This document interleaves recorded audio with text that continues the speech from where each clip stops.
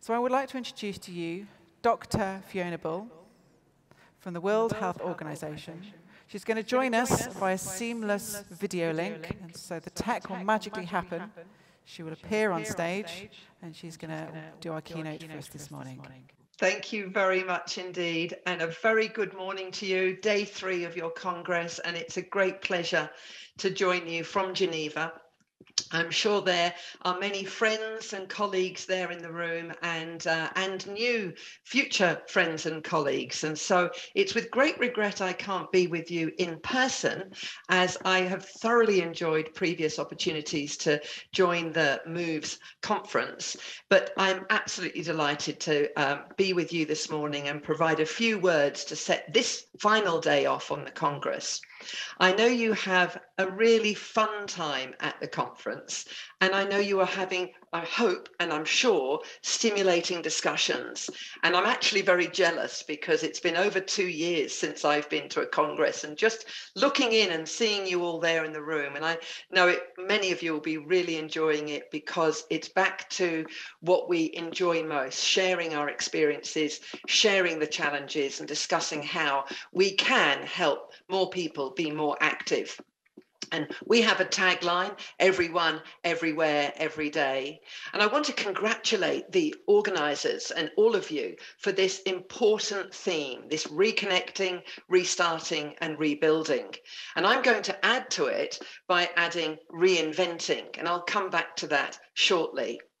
Physical activity, being active, has become so important to us all during COVID. And it reminds us how important it is in terms of its contributions to global agenda, global health.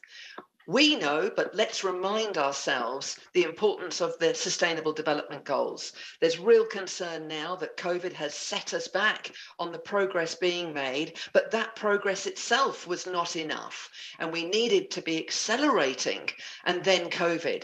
So now we've got to double that acceleration to reach the target of improving good health and well-being. And WHO is custodian of that target around non-communicable disease. But many of you will be well aware we've got targets set for the contribution of physical activity as laid out in our Global Action Plan. And the target for 2030 is a 15% improvement.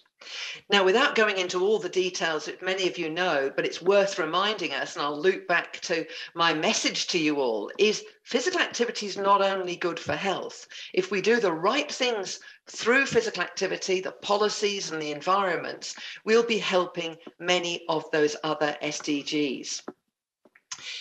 Even though COVID has hit hard, and indeed, if I must mention that this was recognized by the UN, the Secretary General noted only in December of 2020, the importance of physical activity, how hard the sector had been hit. And I just added the advocacy brief link to you at the bottom of the page. And he called for us to recognize the impact on the sport and physical activity sector and to join forces, the UN, private sector, civil society, non-government, to build back better, to reinvent and ensure we're providing physical activity to everyone.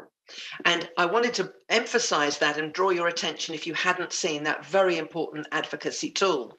And in the midst of all that 2020 and continuing on, WHO updated the guidelines. This is really important because it underpins the arguments and the statements we make about the importance of physical activity. That science is really strong, but we've chosen, particularly in this document and our communication, to simplify. Let's get it down to its bare facts. Every move counts. Moving every day, any way and every way is good for health. You know that graph shows it with the green line, and we know we need to reduce the sedentary behaviours. Our task is evidence-based and clear. And the point is, we need to translate this into the actions and deliver in the programs, in the communities.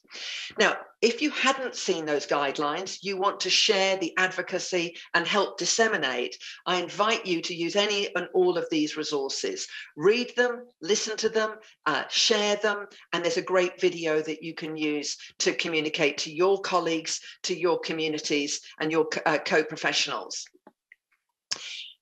We set out prior to COVID with that target I've introduced and a roadmap endorsed at the highest levels of WHO and across the UN family, the importance of physical activity. And so now we have to double up our efforts, rebuild, reconnect, and I would argue reinvent. We know what works. And we know it's going to take actions across a whole system, a system that involves many, many players. And you're there in the room that across different disciplines, connecting and sharing what you're doing. But there are many others, because we need to get the environments that encourage and support people, provide the places, and make sure they're safe and accessible. We need to communicate those benefits I've just introduced, not just physical, mental health benefits and social health benefits. We need to create more programs for more people and address inequalities. And we need to make sure that systems will sustain this, not one-offs, not pilots, not demonstrations, real change sustained. We at WHO recognise this year has been tough, the last 2 years, given the impact hard on the professionals like yourselves in the community at the working end of providing the opportunities, shut down, on furlough, maybe some of the places you've worked and you know have not reopened yet or maybe will not reopen. And yet, conversely, the importance of physical activity has been so clear to so many. We wanted to hear more from across that system through this last 6 months and held a series of webinars to connect and to listen to what will we need to do to build back better or reinvent.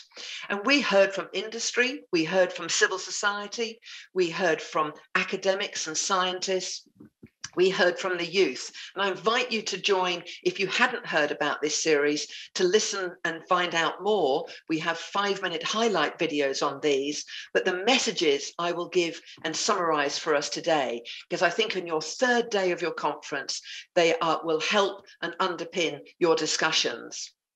It's really clear we know the effective actions, and we need to consolidate and join our voices to communicate this more loudly. And it's clear we have physical activity contributing to many areas. We think, WHO, it is a must-have policy action area. We also saw and heard through the discussions that it is unfair and uneven in terms of what's available, what's provided, and participation. I know that's been a core theme of your conference. I congratulate you, and I look forward to hearing about your deliberations and suggestions. So if we know what to do, what are those 3 things? Well, I say there's 3 because there are 3 clear drivers. They really do complement the Global Action Plan, and they should resonate with you. What we say matters, and we need to say it more in sustained communications at all levels. That's at government levels, running campaigns, European Sport Week, plus more, in communities, national level as well, and I'd argue global. Let's reach, motivate, and engage everyone at the political level and indeed at the community level. Those environments I already mentioned, we know they shape people's behavior. We can nudge people and encourage people, or we can hinder and exclude people. Let's take the former, but let's make it fair. Too many people don't have safe areas to walk or to cycle. We have seen the inequities in road safety data and in the participation levels where people haven't got access to sport or physical activity opportunities. Let's get the environment right. And then where you are particularly valuable and know much about is how we engage people through programs, because the first 2 alone are not sufficient. It's with the programs that are offering inclusive opportunities to people of all ages, in all settings, and in fun and enjoyable experiences. But the challenge we have and the bottlenecks we have to achieving the impacts we talk about and delivering those 3 drivers is here on this slide, a culmination of the discussions I referred to in the reInvent webinar series. I'm sure these will resonate with you. There is not effective, sustained, aligned funding. That is the domestic level. The budgets are too small, too short, too insecure, and so projects and programs cannot build and scale. In the international funding area, that too has got scope to improve and to broaden, engaging more sectors to support this area. The second bottleneck is the regulatory. I refer back to those environments where it's particularly relevant. We have not got the regulatory frameworks around physical activity. They are stronger in the area of nutrition and healthy diets, stronger in the area of tobacco control, and increasingly in the area of alcohol control. But in physical activity, this is an area we should strengthen to ensure the environments, the facilities, access to community halls, open space, etc., and school playgrounds. And the third, and I have supersized this, because the third bottleneck is where we have to look honestly at ourselves, all of us, at all levels, at how well we're working together. And it's going to be challenging, but the communications we heard is a real and genuine call to do better at partnerships, to connect up our services, to fill the gaps so we're not duplicating, to align what we're doing to be more effective. These are the three areas that WHO will be working on, and I hope that in your discussions, you'll be discussing your contributions, and particularly on the area of partnerships. How can we have a stronger system where more people have got more opportunities by joining up all of what we're doing? We will have a stronger system if we work better together. And so to conclude, there is a real opportunity and a real urgency on how we now go forward. It has been a hard 2 years, but as we look forward, and WHO is looking forward, we're positioning physical activity central to our agenda of promoting health and the well-being agenda that will be the focus of our 10th Global Health Promotion Conference in December. More news will be circulating about this conference. And we have, and with you as the professionals delivering the opportunities every day, have the opportunity to make a difference. And the story we heard at the beginning, opening up about how a moment and an interaction, how someone helped at that moment in the supermarket. You do that every day, whether you are planning programs, delivering classes. And so my last message to you all is we are at the very important stage of our work in creating and helping the world recover, rebuild, and let's use it to reinvent a stronger system together for better physical activity.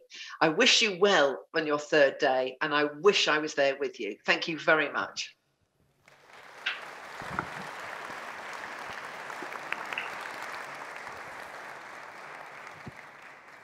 Thank you very much. Thank you, Fiona, for being with us.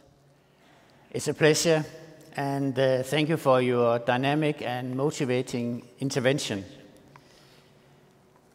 Physical inactivity has for some time been the fourth leading mortality risk globally.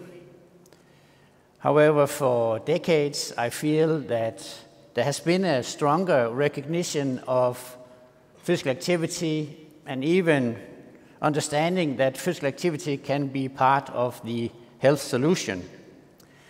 In other words, it's my impression that physical activity has climbed the political agendas. Then came COVID-19, and physical activity lost its position on the political agenda, especially the health agenda. Everything was about the pandemic. So Fiona, after almost 2 years of COVID-19, where do you see physical activity positioned on the health agendas? Well, thank you so much. And firstly, let me apologize if I have just given my introductory talk without any slides, because I wish you'd interrupted me to upload my slides so you were seeing what I was speaking to. So sincere apologies to you at the organizers level. Thank you for your question. And I share your concern that physical activity has potentially lost ground. And yet this is perhaps too simplistic, because at one level, at the community level, I think we have gained ground in the recognition due to the constraints, due to the confinement, due to the impact of COVID on how we live our lives. We've realized how moving has been central, how the constraints on being active, and at the very higher level of those who were already regular active, going to gyms, etc., to those who just had their movement through daily living constrained and restricted. So there's an opportunity in this that at the community level, people are realizing it. I'd also say, and from my experience and impressions of the discussions across the year, and also the observations in countries, that there has been increased focus on physical activity. I turn to some countries which have absolutely improved and increased their communication, their campaigns and their provisions. And one example, and I know there are others across Europe, but we did have speakers from the UK share their experience, also Jamaica and indeed in Asia, where education departments had looked at what they're doing for children when schools were closed, where sport departments had looked for creative ways to promote physical activity. So there are some areas and countries where physical activity hasn't lost that ground. But let's be pragmatic. And there is a sincere concern that physical activity within the health agenda, within the health budget, within the health challenges is now going to get marginalized as we deal with recovering and providing and focusing on, firstly, the agenda of COVID and the consequences of COVID. But I do think by connecting physical activity to the mental and physical well-being, by connecting physical activity to those who've been affected most, and I'm talking of COVID patients, long COVID, to those health workers who have been extraordinary over the last 18 months. We need to see this as an opportunity and elevate our advocacy. So I'm hopeful on balance. Thank you. Thank you. Thank you very much. We are fighters in the room. This is people of sport, and we can lose a game and then we come back. So we would like to get back on the health agenda, and please give us some advice. What are the best argumentations? What are the best ways for physical activity to get back on the health agenda? As you say, to provide the way for the regulation we need to improve physical activity. I think the best arguments, we still need to keep repeating the evidence in new ways, new language to the right people. I think we have still got a lot of talking up to the decision makers in city governance, in local communities, to national governments. And I urge all ISCA members, ISCA as a society, all of you as individuals and professionals in the area, look at the ways you can communicate and advocate for physical activity.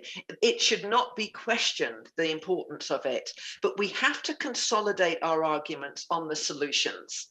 If we diversify and complicate things, then it actually is too easy for the decision makers and politicians who make the decisions about investing to look for other solutions, other areas. So this is why we really want to crystallize that we know what to do, and there are 3 strategic drivers. You have a very important role in communicating it, but I think it's more than that. And I think we actually have to deliver on the impacts we talk about. And I really encourage us connecting clearly to the well-being agenda, because that's where governments are going. The well-being, it's more than just absence of disease, it's quality of life and a holistic approach to health. And we need to therefore have data. And I know it's strange, but I'm going to go from advocating about what the benefits are to the very granular. And we've got to be honest, and we need more data to show our effectiveness and effectiveness on the impacts. And we are needing to strengthen data collection of impact at the national level in how we measure physical activity and measure and evaluate programs we deliver.